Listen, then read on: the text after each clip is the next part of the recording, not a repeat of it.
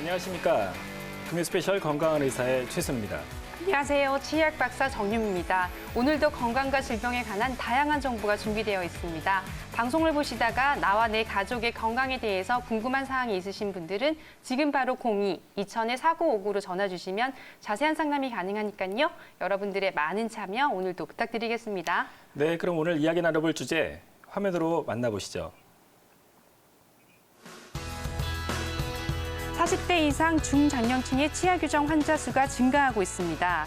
덧니나 부정교합뿐만 아니라 나이가 들면서 치아 사이가 점점 벌어져 치과를 찾는 경우가 많은데요. 중년 교정도 늦지 않았다.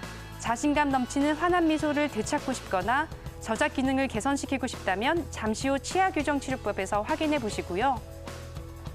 자, 충치, 치주염, 사고나 노화로 자연 치아를 잃게 된 경우 치아가 빠진 상태 그대로 언제까지나 생활할 수는 없겠죠. 발전하고 있는 임플란트 치료법과 그 외 다양한 방법들, 지금 금요 스페셜 건강한 의사에서 알아봅니다.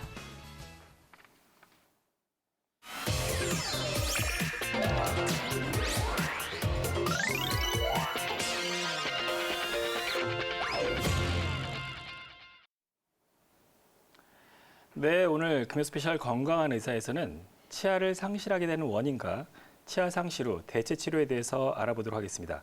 오늘 도움 말씀을 주실 김은지 원장님 화면으로 만나보시죠.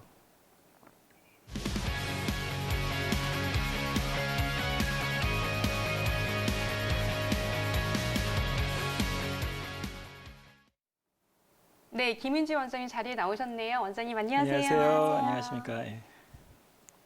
네, 우리가 살면서 사고와 같이 물리적인 충격 외에도 사실 치아를 상실하는 경우가 있긴 하거든요. 네. 혹시 최순호 박사님 생각하시는 원인이 어떤 것이 있을까요? 네, 아무래도 이제 가장 많은 게 충치가 아닐까 하는데 맞나요? 네, 맞습니다. 실제로 충치 때문에 치아를 상실하게 되거나 아니면 뭐 신경치료를 하다가 문제가 네. 생기거나 이런 경우도 있단 말이에요. 그래서 오늘은 이거에 대해서 좀 알아보는 게 좋을 것 같긴 한데요. 네, 저희가 아무리 양치질을 많이 하고 구강 위생에 대해서 신경을 많이 쓴다고 하더라도 네. 충치를 100% 예방할 수는 없는 것 같습니다. 네, 또 맞아요. 개개인 차이도 많이 있는 것 같고요. 그렇죠. 우리가 태어나면서부터 입을 통해서 계속 영양분을 공급받다 보니까 아무래도 세균에 노출될 네. 수 있는 환경이 계속 조성이 되긴 하거든요. 실제로 평균 85.7%의 분들이 엄청 많은데요. 충치를 경험하거나 아니면 충치를 갖고 있다는 조사가 있더라고요. 네. 저도 자주 치과에 들려서 검진을 받고 네. 싶은데 그게 쉽지는 않은 것 같습니다. 네, 맞아요. 검진과 치료를 미루다가 돌이킬 수 없는 상황에 처하신 분들이 네. 가까운 데도 많이 있고요. 그래서 네. 오늘 첫 번째 주제는 치아를 상실하게 되는 원인과 그 상실 후 대체 치료 방법에 대해서 알아보도록 하겠습니다. 네. 그러면 가장 기본적이지만 많은 사람들이 궁금해하는 질문부터 먼저 드려볼까요? 네. 김은주 원장님, 충치는 왜 생기는 건가요? 네. 우선 충치라고 하면 일반적으로 세균이나 벌레가 치아를 갉아먹는다고 생각하시는 경우가 많은데요. 네. 실제로는 이거와는 조금 다르게 충치가 이루어집니다. 충치라 함은 스트랩토코크스 뮤탄스라고 하는 동글동글하게 생긴 구균이 많이 일으키는 것인데요. 이 구균이 치아에 들어온 여러 가지 음식물, 특히 탄수화물이나 당을 섭취하고 발효물질을 내뿜고 이와 더불어 산성물질을 내뿜게 되는데요. 이 산성물질이 치아를 부식시켜서 더 이상 다시 원래 상태로 돌아갈 수 없는 것이 치아 우식입니다. 이 치아 우식은 진행이 될 때 먼저 아까 말씀드린 뮤탄스 균이 치아 표면에 달라붙게 되고 이 달라붙은 것들이 치아 근막, 즉 플라그라고 하는 것을 만들게 되는데요. 이것이 플라그를 형성하게 되면 여러 가지 항생제나 구강 가글에 대해서 반응을 하지 않게 됩니다. 따라서 이것을 잘 제거해 주는 것이 중요한데 칫솔질로 이것을 제거하지 못했을 경우 여러 가지 뮤탄스균에서 산성 물질이 나오고 치아가 우식이 일어나게 됩니다. 네. 네, 그럼 음식 찌꺼기가 치석을 만들게 되는 건가 보죠? 네. 네, 그렇습니다. 음식 찌꺼기와 더불어 여러 가지 세균막을 형성하고 있는 것에서 더 나아가 치아에서 나오는 여러 가지 침에 들어있는 칼슘 성분을 흡수해서 이것이 더 치석이라는 것을 만들게 되는데요. 치석은 치아와 잇몸 사이에 이어지는 라인을 따라서 흰색이나 노란색의 석회화, 즉 굳어있는 돌과 같은 것이 생기게 됩니다. 이것은 칫솔질로는 더 이상 제거가 되지 않고 스케일링을 받아야 없어지는 것인데요. 이 치석을 방치하게 되면 치아 우식뿐만이 아니라 치주 질환, 즉 잇몸뼈가 녹아서 치아가 뽑히게 되는 현상까지 만들 수 있습니다. 네, 이렇게 김은지 원장님 말씀대로 네. 치태와 더불어서 치석 제거가 굉장히 중요한 것 같긴 한데요. 그렇습니다. 이렇게 관리가 안 돼서 결국에는 충치가 생긴 경우라고 네. 하면 충치 진행이 어떻게 되는지도 알아보면 좋을 것 같아요. 원장님, 네. 진행 단계는 과연 어떻게 되나요? 네, 우선 충치 진행 단계를 보기 위해서 먼저 치아의 표면 구조를 한번 살펴보도록 하겠습니다. 화면을 보시면 여러 가지 치아의 구조에 대해서 나와 있는데요. 치아 가장 표면은 범낭질이라고 부르는 단단한 갑옷으로 쌓여있고 네. 그 안쪽 편은 상아질이라고 부르는 조금 더 말랑한 조직, 그 안쪽은 신경과 혈관을 이루는 치수 조직으로 만들어져 있습니다. 이것이 어느 부분에 어떻게 퍼지느냐에 따라 총 4가지 단계로 구별되시는데요. 다음 슬라이드 보실게요. 네. 충치의 진행 단계는 첫 번째 충치 1단계에서는 범낭질에만 일어나는 충치 우식을 보실 수 있는데요. 이때는 아무런 느낌이 없기 때문에 치과에 들러서 확인을 하실 수 있는 부분이고 치아 우식이 천천히 일어나고 넓게 퍼지지 않기 때문에 간단하게 떼우실 수 있는 상태입니다. 그러나 이 1단계를 지나서 2단계까지 가게 되면 그 아래쪽에 상아질이라고 하는 부분까지 퍼지게 되는데요. 상아질은 구강 내에서 범낭질보다는 좀 더 단단하지 않은 조직이고 물고 유기물이 많기 때문에 조금 더 넓게 빠르게 퍼지게 되고요. 이 단계까지 가시게 되면 단 것이나 찬 것의 시린 자발통을 느낄 수 있습니다. 이 단계까지 가시게 되면 일반적으로 인레이라고 부르는 치아 우식 치료를 받게 되십니다. 다음 3단계는 이것이 치수 조직까지 퍼진 단계인데요. 치수 조직이라 함은 치아의 중요한 신경과 혈관인데 이 부분이 세균에 감염되었기 때문에 이것을 제거하는 신경치료라는 치료를 받으셔야 되고 더불어 크라운까지 씌우셔야 되기 때문에 굉장히 비용도 많이 들고 여러 번 내원하셔야 되는 불편한 단계까지 가시는 겁니다. 마지막으로 치아 우식 4단계에서는 이 치아 염증이 치수 조직을 타고 뿌리 끝까지 내려가 있는 경우인데요. 이 경우에는 치수 조직을 제거하고 신경치료를 받아볼 수 있지만 이 신경치료를 한다 해도 치아를 발치하게 되는 경우가 매우 많습니다. 네, 이렇게 그러면 또 치아 우식증 때문에 뭐 충치가 심해졌다든지 네. 발치를 해야 되는 경우가 있을 때 또 사진을 좀 통해서 네. 또 알아보면 좋을 것 같거든요. 네. 어떤가요? 함께 사진을 보실게요. 함께 사진을 보시면 치수까지 침범하지 않은 충치는 표면의 범낭질이나 상아질까지만 들어가 있는 것을 볼 수 있고요. 이 경우에는 간단하게 치료가 가능합니다. 하지만 그 옆에 사진을 보시면 치수까지 들어가 있기 때문에 이 세균에 이미 노출된 치수는 살릴 수가 없어서 이 치수를 제거하는 신경치료와 더불어 크라운 치료까지 이어서 하셔야 돼서 비용과 여러 가지 기회비용을 많이 상실하게 되십니다. 네. 네. 다음 슬라이드 보실게요. 다음 슬라이드 보시면 이렇게 발치가 필요한 심한 충치까지 가게 되면 이것을 발치를 하고 이 빈 부분을 수복까지 해야 돼서 더욱 복잡한 치료가 예상됩니다. 네, 그럼 충치 4단계에서 어떤 치료를 하더라도 도저히 치아를 살릴 수 없는 그런 경우라면 네. 치아를 빼야 될 수도 있겠네요. 그렇죠. 실제 충치를 방치하다가 발치까지 가는 경우가 얼마나 될까요? 네. 이것에 대해서 일본에서 연구한 연구 결과가 있는데요. 네. 총 발치 비율 중에 치아 우식으로 인한 발치가 55%나 되기 때문에 상당히 많은 경우 충치 때문에 발치를 하게 된다고 말할 수 있겠습니다. 네, 그렇군요. 그러면 이제 뭐 55%나 되는 이런 원인 때문에 사실 충치가 결국엔 발치의 원인이 될 수 있다라고 네. 했는데 여러 가지 원인이 있다고 했단 말이에요. 네네네. 그러다 보니까 또 두 번째 원인이 궁금해지긴 하는데요. 원장님, 이렇게 충치와 더불어서 또 나타나는 두 번째 상실 원인은 무엇이 있을까요? 두 번째 원인은 잇몸에 나타나는 것인데요. 저희가 치주 질환이라고 부르는 것입니다. 네. 슬라이드 한번 보실게요. 슬라이드 보시면 잇몸에만 나타나는 것을 저희가 치은염이라고 부르고 잇몸에만 염증이 국한되어 있기 때문에 뼈가 내려가지 않아서 간단하게 스케일링 등으로 치료를 하실 수 있고요. 반대쪽에 치주염이라고 나와 있는 슬라이드를 보시면 치주염이라 함은 잇몸 뼈까지도 염증이 퍼져서 잇몸 뼈가 염증으로 주저앉고 따라서 여러 가지 치아가 빠지게 되는 흔히들 말하는 풍치가 이때 일어난다고 보시면 됩니다. 네. 그러면 실제로 치주 질환이 진행됐을 경우에는 또 어떤 식으로 진행되는지 이 과정도 굉장히 네, 중요할 것 그렇습니다. 같아요. 왜냐하면 모르는 분들도 많거든요. 네, 충치 이외에 네. 이제 치주 질환이라는 것은 저희가 치주 질환의 진행 과정을 3단계 정도로 나눌 수 있는데요. 슬라이드 한번 보시면 먼저 초기 치주염이 있고 이때는 간단하게 스케일링이나 여러 가지 예방 및 치료로 이것을 예방하실 수 있는 단계이고요. 이것이 조금 더 진행되게 되면 중기 치주염이라는 것으로 가는데 치주 소파술이라고 해서 큐렛이라고 부르는 저희가 마취를 하고 잇몸 아래를 긁어내는 치주 소파술을 진행하게 됩니다. 이것보다도 더 진행이 돼서 정말 말기에 심한 치주염이 오게 되면 많은 잇몸뼈의 상실이 있기 때문에 저희가 플랩을 연다고 하죠. 잇몸을 열어서 그 안을 직접 보면서 그 안에 있는 치석을 긁어내고 그것을 닫는 작은 수술을 하게 되는데요. 이것까지 가지 않도록 주기적으로 치과를 방문하셔서 잇몸 상태를 점검받는 것이 매우 중요하다고 할 수 있습니다.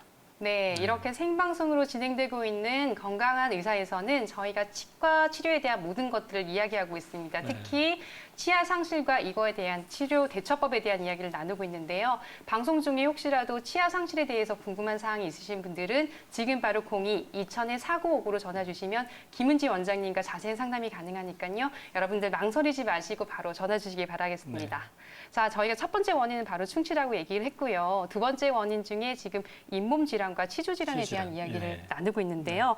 근데 실제로 얼마나 많은 분들이 치주 질환으로 병원을 찾고 있는지 좀 궁금하잖아요. 그럼요. 예. 김원지 원장님께 한번 들어볼까요? 얼마나 되나요? 네, 10명 중에 8명은 치주 질환이 있다고 봐도 거의 상관이 없는 예, 수치인데요. 네. 이것에 대해서 국민건강보험공단에서 자료를 네. 제시를 하고 있습니다. 자료 이미지 함께 보실게요. 네. 자료 이미지 보시면 2012년에는 707만 명 정도가 진료 인원으로 나타났고요. 2016년에는 1,107만 명으로 4년 새 거의 56.6%가 증가를 했습니다. 네. 이것은 연평균 12% 정도 증가하고 있는 셈이고 우리나라 전체 인구로 봤을 때 10명 중 2명이 치주 질환을 겪고 있다고 볼 수 있어서 뭐 남의 질병이 아니라 정말 나와 내 가족들, 내 지인들이 겪을 수 있는 그런 아주 널리 퍼진 질환이라고 볼 수 있습니다. 정말 심각한 것은 치주 질환이라는 것은 아무 느낌이 없이 오기 때문에 치과를 방문해서 그것을 확인하기 전까지는 알 수가 없어요. 다음 이미지 보실게요. 다음 이미지 보시면 치주 질환으로 잇몸뼈가 녹은 경우를 볼 수 있는데요. 여기에서 초록색 라인은 잇몸뼈가 녹아서 실제 어디까지 내려가 있는지를 나타내는 것이고 검은색 선은 실제 그 잇몸뼈가 있어야 되는 높이입니다. 상당히 많이 내려가서 뿌리가 노출돼 있고 이렇게 뿌리가 노출되고 치아가 갑자기 시리고 아파요. 너무 많이 흔들려요. 딱딱한 것을 씹을 수 없어요. 이 정도가 되고 나서야 치과로 오시게 되시면 사실은 잇몸을 재생시킬 수 있는 정확한 방법이라는 것은 지금 없기 때문에 잇몸이 한번 내려가기 전에 적절하게 스케일링이나 치주 소파술 등을 받아서 잇몸뼈를 유지하는 것이 상당히 중요합니다. 네, 뭐 충치도 그렇고 치주 질환도 마찬가지고 네. 조기에 발견해서 빨리 치료를 받는 것이 정말 중요할 네. 것 같은데요. 물론 치과를 방문해서 진단을 받는 것이 가장 좋겠지만 그렇죠. 본인이 간단하게 치주 질환을 진단해 볼 수 있는 자가 진단법을 그런 거 하나 있을까요? 네. 여러 가지 자가진단법으로 저희가 한 7가지 정도를 제시해 드릴 수 있는데요. 가장 간단하게는 양치를 하다가 잇몸에서 피가 나실 때, 잇몸에서 피가 나신다, 잇몸이 붉게 변했다라고 하시면 저희가 그 부분에 염증이 있다고 볼 수 있습니다. 따라서 양치를 하다가 피가 나는 것을 가볍게 보지 마시고 피가 난다 싶으시면 치과로 내원을 해주시는 것이 좋고요. 이 외에도 여러 가지 잇몸에 묵직한 통증, 그러니까 약간 무거운 통증이 한 번씩 느껴지시고 몸이 안 좋을 때마다 잇몸이 붓고 가라앉는 것을 반복하신다 하시면 치주 질환을 또한 의심해 볼 수 있습니다. 또한 가장 쉽게 알 수 있는 경우는 잇몸뼈에서 고름이 올라오는 경우가 있는데요. 저희 아버지의 경우에도 술을 드시기만 하면 잇몸에서 고름이 나온다. 이걸 이제 방치를 네. 하고 계시더라고요. 네. 그래서 아버지 지금 빨리 치주 질환을 치료하셔야 된다고 이렇게 말씀을 네. 드렸는데 네. 고름이 나오는 것도 또한 일반적인 현상이 아니기 때문에 치주 질환을 의심하셔야 되고 사실 이 단계까지 갔다고 하면 이미 치주 질환이 많이 진행된 것으로 볼 수 있습니다. 그 외에도 이와 이 사이가 벌어져요. 이런 것 또한 쉽게 넘기기 쉬운 증상인데 이와 이 사이가 벌어지고 그 안쪽에 음식물이 낀다는 것은 치아 사이를 메우고 있는 잇몸이 내려가서 그 부분이 비어서 생기는 현상이기 때문에 치주 질환이라고 볼 수 있고요.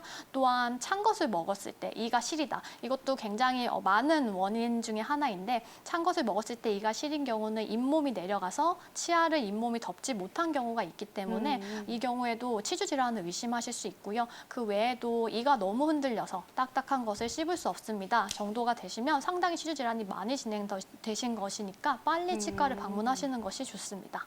네. 네. 이렇게 좀 들어보니까 네. 그렇죠. 혹시 최순호 원장님 그 네, 해당 저도 사항이 뭐 좀 한두 개 있나요? 정도 있는 것 같은데. 한두 네, 개밖에 네. 안 되세요? 네, 한두 개. 와, 아직 다행히. 튼튼하시네요. 예, 그렇죠. 네.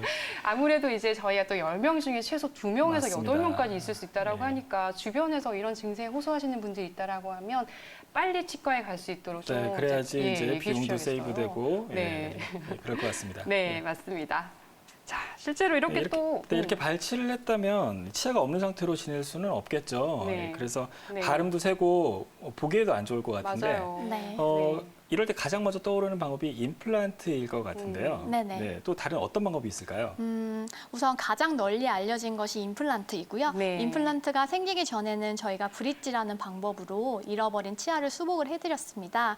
그래서 먼저 브릿지에 대해서 알려드릴게요. 다음 이미지 보실게요.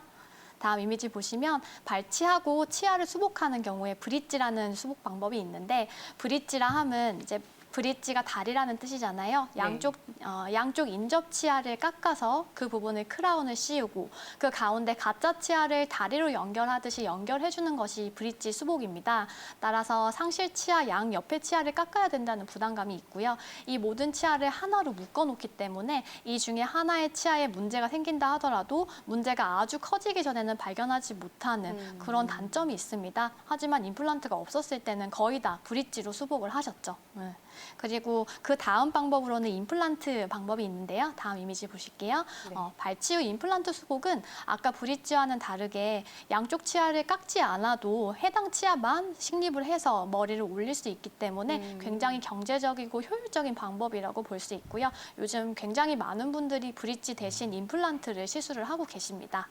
네, 어쨌든 이제 저희가 보다 보니까 네. 예전보다 훨씬 많이 좋아졌어요. 그러네요. 실제로 네. 뭐 치아를 상실하는 치료로 대표적으로는 브릿지와 임플란트를 네. 소개해 주시긴 하셨는데 과거에는 그래도 또 틀니 사용하시는 분들 많았거든요. 맞습니다. 그냥 예. 이가 아프다 하면 치료를 하지 않고 있다가 이를 빼고 나서 또 틀니하고 이런 경우가 네. 있었는데 최근에는 이렇게 좀 좋아지면서 치료 방법이 좋아지다 보니까 틀니를 하시는 분들이 또 다른 치료로 대체하시는 네. 경우가 많은 것 같아요. 그렇습니다. 맞아요. 네. 10년 전쯤만 해도 임플란트라는 말이 생소했는데 지금은 네. 많은 사람들이 치아 너무나, 상실하면 이제 임플란트를 먼저 해야 생각할 정도로 음. 이제 광범위하게 많이 아시는 것 같습니다. 네. 저는 아직 임플란트를 경험해 보지 못했거든요. 네, 네. 임플란트가 다른 치료보다 어떤 장점이 있을까요? 네, 임플란트 치료라고 하면 다른 치료에 비해서 굉장히 장점이 많은데요. 우선 가장 큰 장점이 틀니와는 다르게 일반 치아와 씹는 힘이 비슷하기 때문에 딱딱한 것을 쉽게 씹어 드실 수 있어요. 뭐 예전처럼 뭐 갈비를 뜯거나 깍두기를 와작와작 씹어 드시는 건 조금 힘드실 수 있지만 그래도 일반 치아와 가장 밀접하게 일반 치아와 가장 비슷하게 씹는 힘을 내는 것이 임플란트라고 알려져 있고요.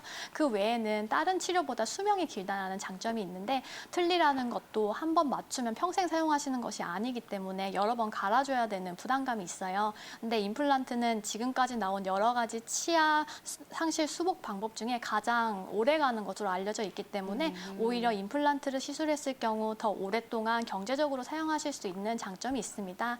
또한 아까도 말씀드렸지만 브릿지처럼 양쪽 옆에 치아를 갈지 않기 때문에 임플란트 하나만 심어도 옆에 치아를 멀쩡히 살릴 수 있다는 장점이 있고요. 또한 임플란트를 심지 않으면 그 치아 치조골이 점점 흡수가 돼서 아래턱이 나와 보인다거나 위턱이 꺼져 보인다거나 입술 아래쪽에 골이 낮아져서 입술에 대한 그 받쳐주는 힘이 부족할 수 있는데 임플란트를 심었을 경우에는 임플란트가 골의 흡수를 막아주기 때문에 더 자연스럽고 아름다운 미소를 하실 수 있다는 장점이 있습니다.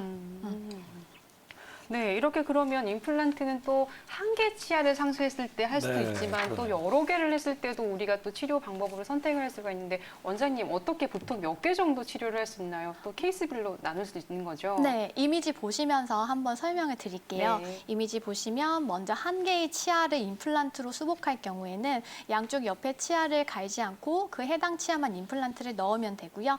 아래쪽 브릿지 수복 같은 경우에는 양쪽 치아를 갈고 그 가운데를 가짜 치아인 브릿지를 넣어서 세 개의 치아를 묶어서 한 개의 치아를 상실한 것을 수복하는 것을 알 수 있습니다. 이 외에도 여러 가지 치아를 수복해야 될 경우에는 다음 이미지 보실게요.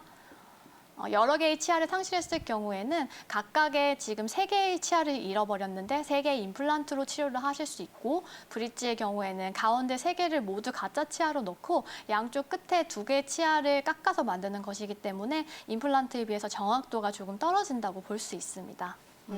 다음 여러 개 치아 전체를 상실할 경우에 임플란트로 수복하는 이미지를 보실 텐데요.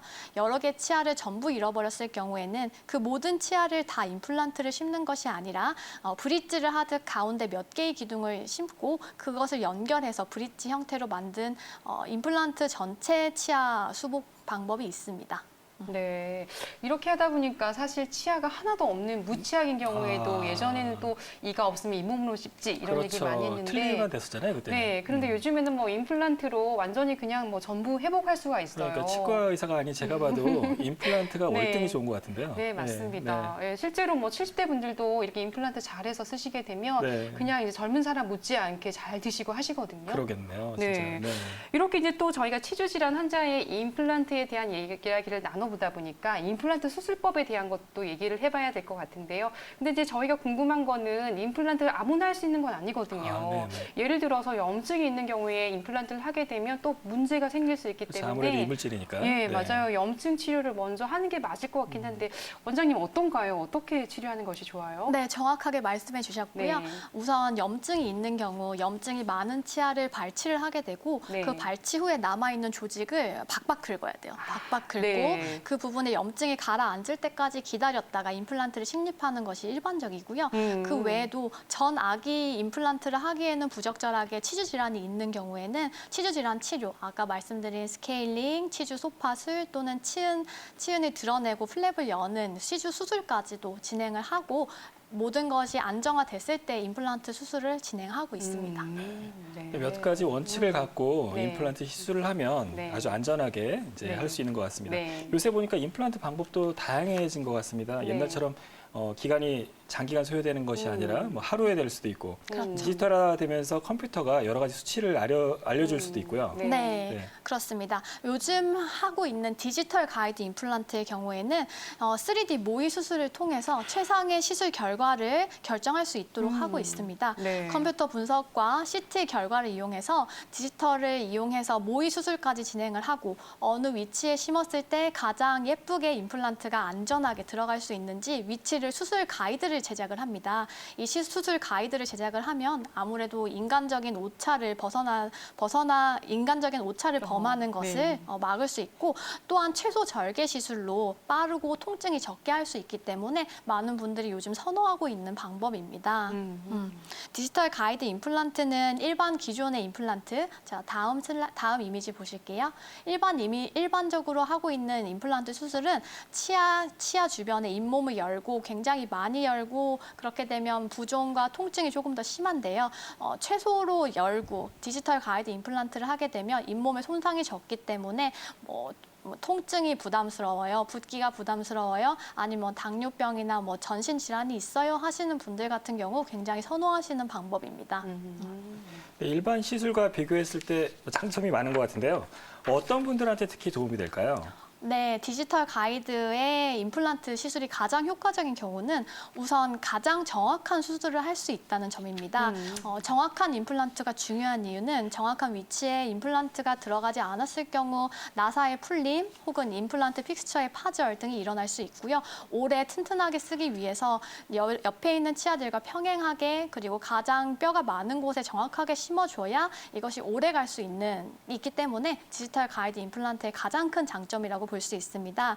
다음 이미지 보실게요.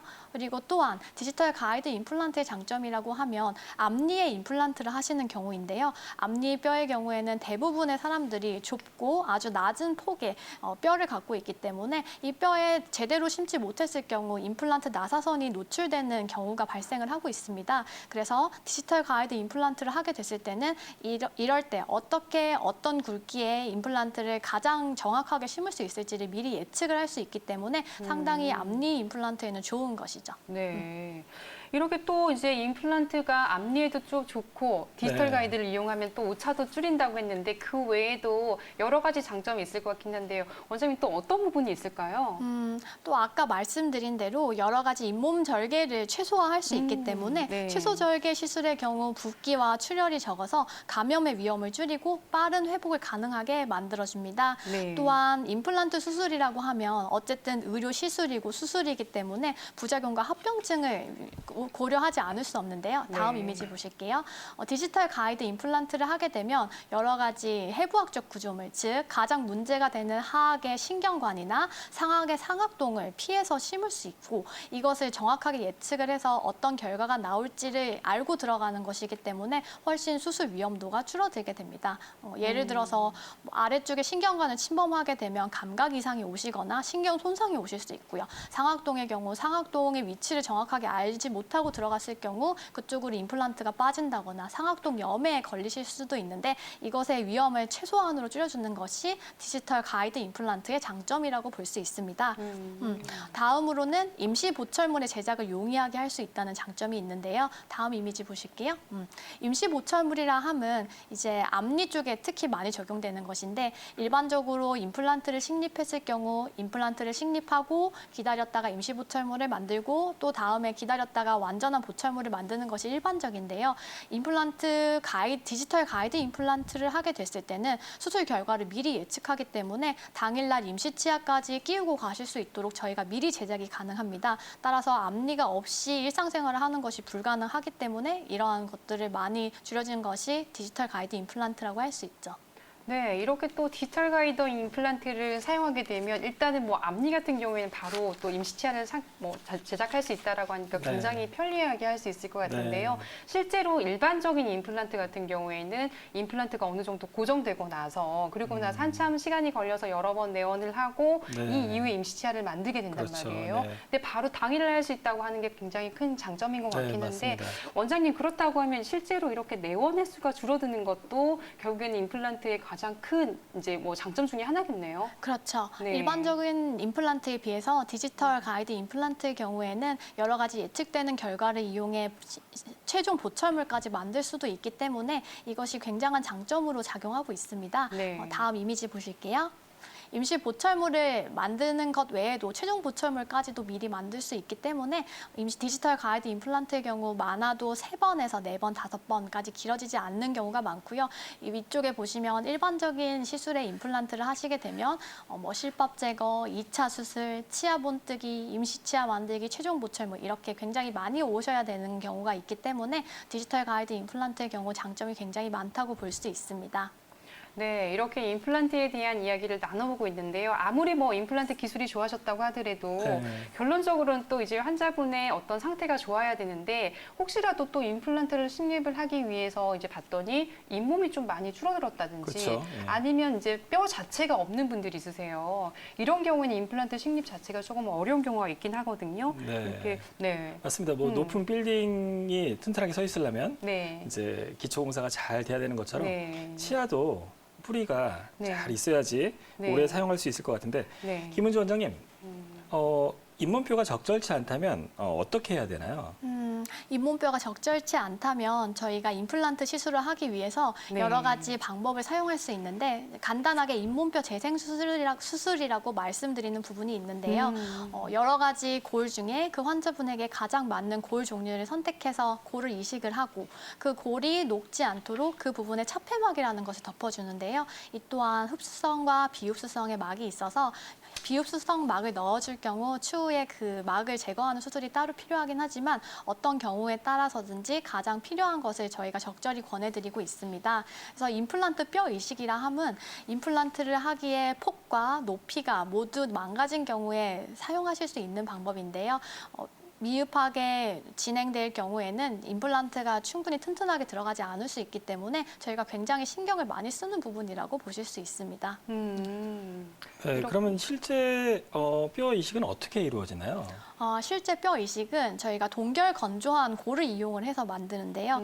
이 골을 이제 우선 여러 가지 CT를 찍고 파노라마를 찍어서 환자 상태에 임플란트가 들어가게 적절한지 뼈가 부족하지 않은지 먼저 파악을 하고 거기에 필요한 골을 선택을 하고 그 골을 셀라인이라고 하는 것에 개어서 일반적으로 넣어주는 것이고요. 이것을 넣고 나서 뼈만 들어있다고 그 부분이 바로 재생이 되는 것이 아니기 때문에 그 부분에 연조직이 침투하지 못하도록 그 위를 얇은 막으로 덮어주게 됩니다. 이것을 차폐막이라고 부르는데요. 저희 차폐막이라고 부르는 것은 흡수성과 비흡수성이 모두 있는데 흡수성을 시행했을 경우에는 일반적인 시간이 지나고 자동으로 흡수가 되는 것이고 비흡수성의 경우에는 조금 더 견고하게 아래 골이 잘 붙을 수 있도록 저희가 막아주는 역할을 하기 때문에 사용을 하기도 합니다.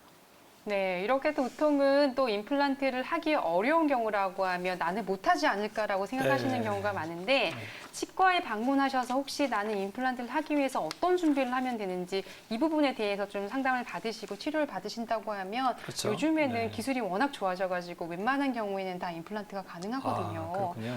네, 이렇게 또 준비하는 과정이 좀 필요하다는 것만 알고 계시면 될 것 네네. 같고요. 우리가 지금 충치나 치주 질환 등으로 부득이하게 치아를 상실한 경우에 대해서 이렇게 대체하는 치료법에 대해서 알아보고 있긴 한데요. 우리가 보통 또 한두 개 치아가 빠지고 나면 이 정도는 괜찮지 않을까 해서 그냥 마음 놓고 방치하시는 경우가 놔두는 경우가 있어요. 있죠. 왜냐하면 네네. 치료가 좀 복잡하지 않을까 생각하기도 네, 하고. 맞습니다. 근데 이런 경우에 사실은 더 나중에 큰 문제를 일으킬 수가 있거든요. 어떤 식으로 더 복잡해질 수 있는지 좀 알려주실까요? 네, 치아를 특별히 하나 정도 잃어버리신 분은 이것을 대수롭지 않게 생각하시고 방치하는 분들이 많이 있습니다. 이것을 방치하게 됐을 때는 치료가 더욱 복잡해지는데요. 특별히 두 가지로 설명을 드리자면 양 옆에 있는 치아가 쓰러지거나 대합 치아가 솟구치거나 내려와서 임플란트 시술 자체를 아예 불가능하게 만드는 경우입니다. 사진을 보시면 파랗게 표시한 부분이 방치된 치아인데 위쪽의 치아를 상실하시고 나서 아래쪽 치아가 물리는 것이 없다 보니 솟구쳐서 위쪽에 실제로 임플란트가 들어갈 공간이 입안에서 보았을 땐 전혀 없었습니다. 이런 경우에는 치아를 여러 가지 방법을 통해서 임플란트를 할 수 있는 상태로 또 만들어주는 시술이 붙기 때문에 비용이나 뭐 여러 가지 시간이나 이런 손실이 굉장히 많죠. 네, 그럼 뭐 더 나와버린 그런 치아는 어떻게 해야 하나요? 치아가 우선 더 나오게 됐을 경우 저희가 일반적으로 선택하는 것이 이제 신경 치료를 하고 해당 치아를 씌우는 것인데요. 아까 말씀드렸다시피 치아를 많이 갈게 되면 그 안에 있는 신경이 이것을 느끼고 반응하기 때문에 신경을 없애는, 즉 신경을 제거하는 신경 치료를 하시고 크라운까지 씌워야 되는 부분이 있고요. 네. 이렇게 치아를 갈거나 삭제하거나 신경을 제거하는 것이 싫다 또는 부담스럽다 하시는 분들을 위해서 미니스크류를 이용한 부분 교정을 통해서 이것을 안쪽으로 밀어 넣어서 임플란트 공간을 마련하는 방법이 있습니다. 실제로 미니스크류를 이용한 치아 함입이라는 방법인데요. 볼면과 혀면 양쪽으로 미니스크류라고 하는 작은 침과 같이 생긴 말뚝을 잇몸에 심고 이 힘을 이용해서 치아를 잇몸 속으로 끌어당기는 것이 미니스크류를 이용한 치아 함입법이라고 볼 수 있습니다. 네, 이렇게 만약에 치아를 상실해서 치아가 내려온 경우라고 하면 또 전체 교정을 하지 않고도 부분 교정만으로도 이렇게 치아를 움직일 수 있다고 하셨는데요. 실제로 이렇게 치아가 또 쓰러진 경우에도 어떻게 좀 치료할 수 있는 방법이 있을까요? 네, 그렇습니다. 치아가 쓰러졌을 경우에도 저희가 임플란트를 해드리기 위해서 여러 가지 방법을 사용하는데요. 우선 아까 말씀드린 것과 비슷한 방법으로 쓰러져 있는 치아 양옆을 갈아서 그것이 쓰러지지 않은 것처럼 보이게 하는 것인데 이것 또한 치아 삭제가 많이 들어가기 때문에 신경치료를 하고 씌우셔야 하는 부분이 있고요.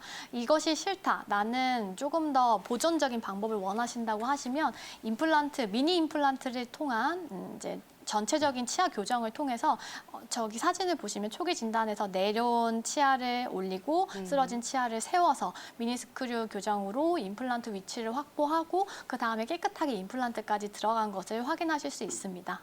네, 이렇게 지금 저의 치아를 상실한 경우에도 치아 교정을 통해서 간단하게 교정을 하고 나서 임플란트 할 수 있는 방법에 대해서 설명해 주셨는데요. 사실 치아 교정에 대해서 조금 더 궁금해지긴 하네요. 네. 저희는 잠시 광고 보고 돌아와서 다시 치아 교정에 대한 이야기를 나누도록 하겠습니다. 여러분 채널 고정. 생방송으로 진행되고 있는 건강한 의사에서는 이번에는 생활 속 치아 관리와 치과 치료에 대한 이야기를 나눠볼 시간입니다. 김현종 원장님께서 전해주시는 치아 주치 지금 바로 만나볼까요?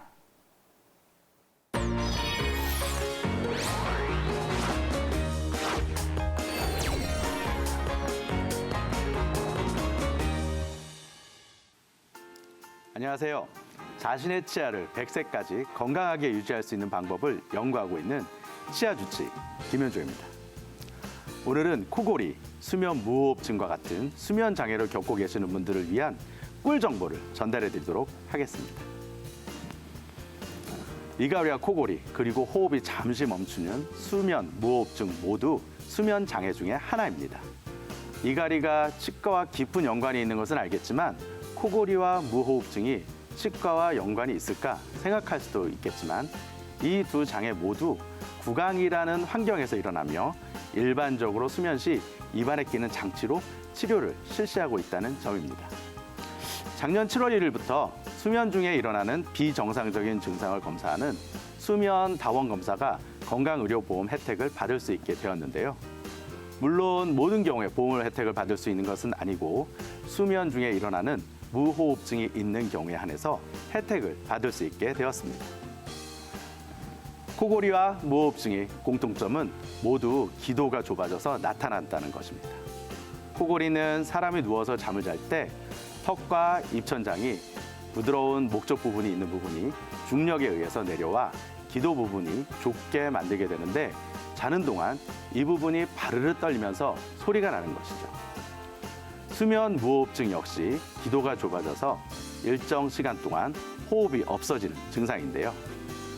수면 무호흡증이 있는 경우 거의 대부분 코골이를 동반하게 되는 이유입니다.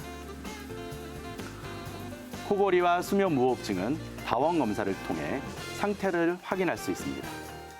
잠을 자는 동안에 근육과 머리 쪽에 다양한 측정 장비를 부착하고 하룻밤 병원에서 잠을 자는 방법으로 검사가 이루어집니다. 이렇게 자는 동안 측정 장비를 통해 밤에 깊은 잠에 드는지, 숨은 고르게 쉬는지, 근육들이 필요 이상으로 긴장하는지 기록을 하게 되고 이 기록을 평가해서 문제점을 파악해서 치료를 하게 되는 것입니다. 이갈이가 나이가 들면서 점점 줄어드는 증상이라면 코골이와 수면 무호흡증은 반대로 나이가 들면서 증가하는 증상입니다. 미국의 경우 30대에서 60세까지 연령군에서 무호흡, 저호흡이 시간당 5회 이상으로 나타나는 수면 호흡 장애가 남성의 24%, 여자의 15%에서 관찰되었으며 남자의 4%, 여자의 2%는 주간에 과도한 졸음증을 동반하는 수면 무호흡증인 것으로 보고되었습니다. 국내에서도 40세에서 69세의 연령군에서 남자의 27%, 여자의 16%에서 수면 호흡 장애가 관찰되었다고 보고되었는데요. 이는 남성 넷 중에 한 명이 코골이와 무호흡증 환자로 진단된다는 것입니다. 코골이와 수면 무호흡이 발생하는 원인은 매우 다양하지만 목젖이나 편도선이 필요 이상으로 큰 경우가 아니라면 음주나 비만이 가장 큰 이유로 알려져 있습니다. 그래서 흔히 술을 줄이고 살이 빼라는 이야기를 많이 하고 있는데요. 실제로 비만이 줄어들면 코골이와 무호흡증이 자연스럽게 줄어든다는 보고들이 있습니다. 이외에도 코골이와 수면 무호흡 환자로 진단되면 또 다른 추천되는 치료는 자는 동안에 산소를 불어넣어주는 일명 양압기라는 마스크를 쓰고 잠을 자는 그런 방법입니다. 그렇지만 아무래도 마스크를 쓰고 잠을 자기 때문에 불편감이 크다는 그런 단점이 있겠습니다. 이러한 단점을 보완하기 위해서 최근에는 이런 마스크보다는 치과형 장치를 많이 차용하는 추세입니다. 구강내 장치, 화학 전방 유도 장치 또는 기도 확장 장치, 코골이 장치 등 다양한 장치가 다양한 이름으로 불리고 있는데요. 원리는 잠을 자는 동안에 아래턱을 앞으로 위치시킴으로써 기도를 넓혀주거나 입천장의 부드러운 목젖 부분을 들어 올리게 해주어서 코골이와 수면 무호흡증을 줄어들게 해줍니다. 이런 치과형 코골이 수면 무호흡 장치는 치아에 연결되는 장치로 아래턱의 위치를 기도가 열릴 적절한 위치로 잡아주게 됩니다. 실제 방사선 사진과 3차원 CT 사진에서 숨을 쉬는 기도의 폭과 전체의 넓이를 계산하고요. 또 치아의 본을 떠서 수면 중에 개개인에게 맞는 그런 치과 장치를 만들어서 수면 중에 끼워주면 코골이나 수면 무호흡증을 해결할 수 있습니다. 코골이나 수면 무호흡증의 원인이 목젖이 크거나 편도선이 커서 수술이 꼭 필요한 경우는 물론 수술적인 치료가 도움이 되겠지만 일반적인 코골이와 수면무호흡증이 있다면 보다 쉬운 접근 방법으로 치과를 찾아 상담을 받는다면 좋은 결과가 있을 수 있겠습니다. 여러분의 치아 주치 김현종이었습니다. 감사합니다.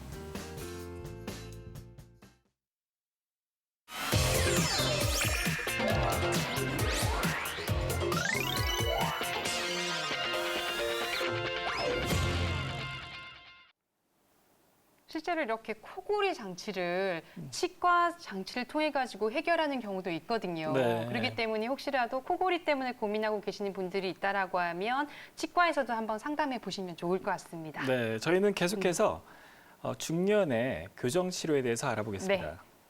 네, 실제로 이제는 뭐 성인이나 노년층에서 교정하는 분들이 많이 늘고 있긴 하거든요. 네.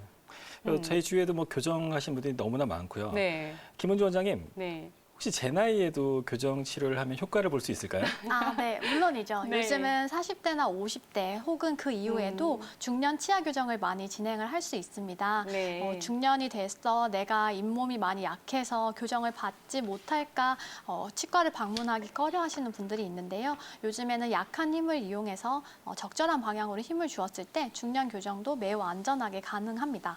중년 교정을 하시게 되면 여러 가지 교합력을 올바른 방향으로 받을 수 있도록 치아를 바로 세워줄 수 있기 때문에 치아를 더 건강하게 오래 쓸 수 있는 데 도움이 될 수 있고요. 그리고 나이가 드실수록 윗 입술이 내려오고 아래 치아가 많이 보이게 되는데 아래 하악 전치의 경우에는 나이가 드실수록 더 삐뚤삐뚤해지는 경우가 많아서 이럴 때 심미적으로 효과를 굉장히 많이 보실 수 있습니다. 네, 이런 식으로 또 중년 교정에 관심이 많으신 것 같긴 한데 네, 알겠습니다. 자, 오늘은 그러면 중년 교정에 어떤 방법이 있는지 하나하나 알아보도록 할 건데요. 대표적인 교정 방법에 어떤 것이 있는지 좀 알려주실까요? 네, 총 4가지 정도로 요약을 해볼 수 있는데요. 네. 먼저 투명 교정이 있고 세라믹 교정이 있고 앞니 부분 교정이 있고 설측 교정이 있습니다. 이것에 대해서 하나씩 알려드릴게요. 네, 뭐 제 지인도 투명 교정 장치를 탈부착하는 사람들을 봤거든요. 뭐 꼈다 뺐다 네. 하더라고요. 네. 정확히 어떤 교정 장치인가요? 투명 교정이라 함은 얇은 플라스틱으로 이루어져 있는데요. 이것을 뺐다 꼈다 하면서 치아를 가지런하게 펴는 방식인데 컴퓨터 시뮬레이션을 통해서 치아의 미세한 움직임을 모두 예측하고 이것을 이용해 단계적으로 플라스틱 장치를 바꿔가면서 끼워주면서 치아를 이동시키는 방법입니다. 이 방법을 통했을 때는 가장 좋은 점은 다른 사람들이 알지 못하게 투명 교정을 시행할 수 있다는 것이고요. 중요한 것은 이것을 식사 또는 양치할 때 빼고 최대한 많이 끼셔야 효과를 보실 수 있다는 점입니다.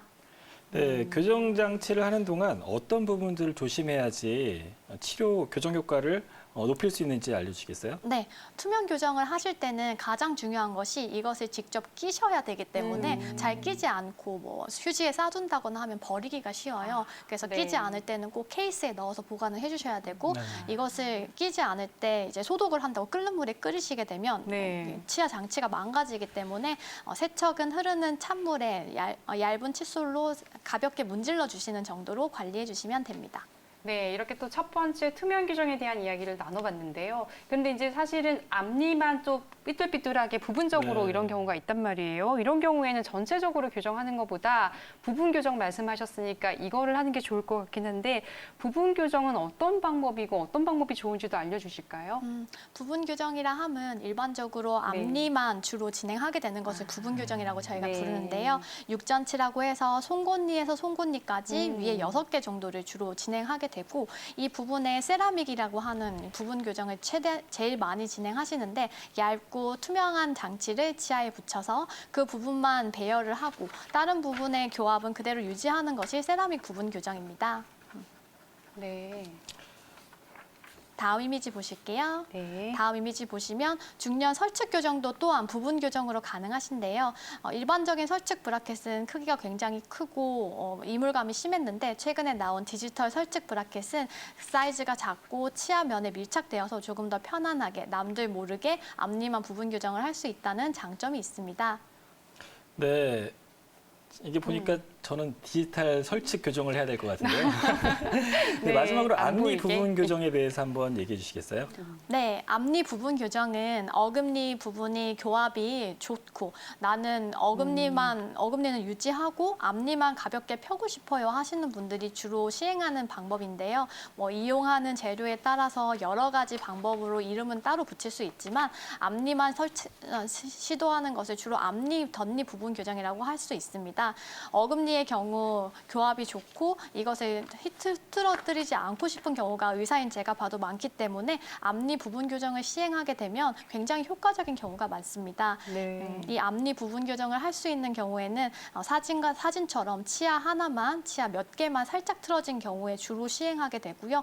이 외에도 앞니 부분 교정이 효과적인 경우는 앞니 사이가 살짝 벌어졌다거나 앞니가 토끼처럼 나왔다거나 또는 앞니만 하고 싶어요라고 하시는 분이나 경제적인 이유나 시간적인 이유로 전체 교정은 너무 부담스럽고 부분 교정을 하시고 싶은 경우에도 또한 앞니 부분 교정을 할 수가 있습니다. 그렇다고 하면 실제로 앞니 부분 교정이 효과적인 경우가 또 몇 가지로 나눌 수 있긴 할 것 같은데 원장님 어떤 경우에 주로 앞니 교정을 하면 좋을까요? 앞니 교정은 아까 말씀드린 대로 어금니를 유지를 할 때 앞니 교정만 하시는 것이 가장 좋습니다. 그리고 전체 교정을 하시게 되시면 전체 교정이라 하면 일반적으로 시간이 2년에서 2년 반, 길면 3년, 아주 길게는 5년까지도 하시는 분을 제가 봤는데요. 전체 교정이 시간이 너무 길고 비용도 너무 높다라고 하시는 분들이 앞니만 교정을 했을 때 짧고 간편하게 대인관계에서는 조금 더 매끄럽게 하실 수 있는 것이 앞니 부분 교정입니다. 이것이 효과적일 때는 특히 앞니 2개만 토끼처럼 나와 있는 경우에는 앞니 토끼를 가볍게 펼 수가 있고요. 심하지 않은 덧니가 있을 때는 그 공간을 치아 사이를 약간씩 삭제를 해서 공간을 만들어서 심하지 않은 덧니를 가볍게 펼 수가 있고 또한 앞니가 벌어진 경우 이 경우에도 앞니만 부분 교정을 했을 때 다른 것을 때우지 않고 간단하게 이 부분을 아름답게 만들 수 있고요. 또한 단기간에 치아 배열을 개선하고 싶으신 경우 앞니 부분 교정이 굉장히 효과적입니다.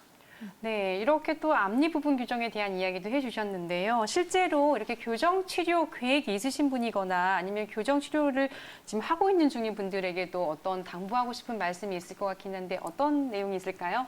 네. 교정이라 함은 심미적인 목적 외에도 그것을 아름답고 건강하게 사용하기 위한 목적도 있기 때문에 본인에게 가장 정확한 방법을 상담받으셔서 본인에게 맞는 방법으로 하시는 것이 중요하고요. 치아를 더 건강하게 사용하기 위해서 진행하는 것이니만큼 교정 진행을 하시는 동안 치아 관리를 잘 해주셔서 충치나 이런 더 다른 우식이 생기지 않도록 진행하시는 것이 중요합니다.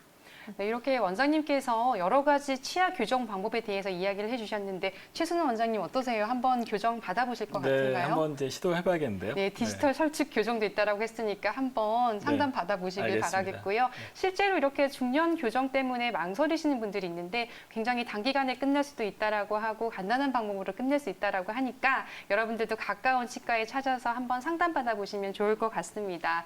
실제로 이렇게 또 100세를 앞두고 있는 시대이기 때문에 요즘에 좀 늦게 교정을 시작해도 사실은 아주 늦은 편은 아니거든요. 네, 몇 살까지 가능한가요? 저희 병원 같은 경우에는 뭐 70대 분들도 70대요. 교정을 받으시긴 하는데 네. 그래도 이제 뭐 40대 이상에서 많이 받으시는 것 같아요. 그렇죠. 예, 일단은 이제 전문의에게 상담을 받으셔서 내가 치아 교정이 가능할지 확인해 보는 것이 굉장히 중요하고요. 치아 교정은 정말 진단 과정이 굉장히 중요합니다. 네. 이게 잘 되느냐에 따라서 치료 과정도 굉장히 짧아질 수가 있고요. 또 좀 안전하고 편안하게 될 수가 있기 때문에 반드시 전문의의 상담을 통해서 이제 계획을 세우시는 것이 중요하고요. 네. 저희가 오늘 이제 치아 상실과 그리고 대처법에 대한 이야기도 나눠봤고 중년 교정에 대한 이야기도 나눠봤습니다. 이렇게 저희가 건강한 의사에서 여러 가지 이야기를 나누고 있으니까요. 방송을 보시고 난 이후라고 하더라도 건강 관련한 상담을 계속 받고 있으니까 02-2000-4959로 계속해서 전화 주시면 자세한 상담 가능합니다. 자, 건강한 의사 오늘 준비한 소식은 바로 여기까지입니다. 네, 저희는 다음 시간 더 알찬 건강 주제로 찾아뵙겠습니다. 시청해주신 여러분 고맙습니다.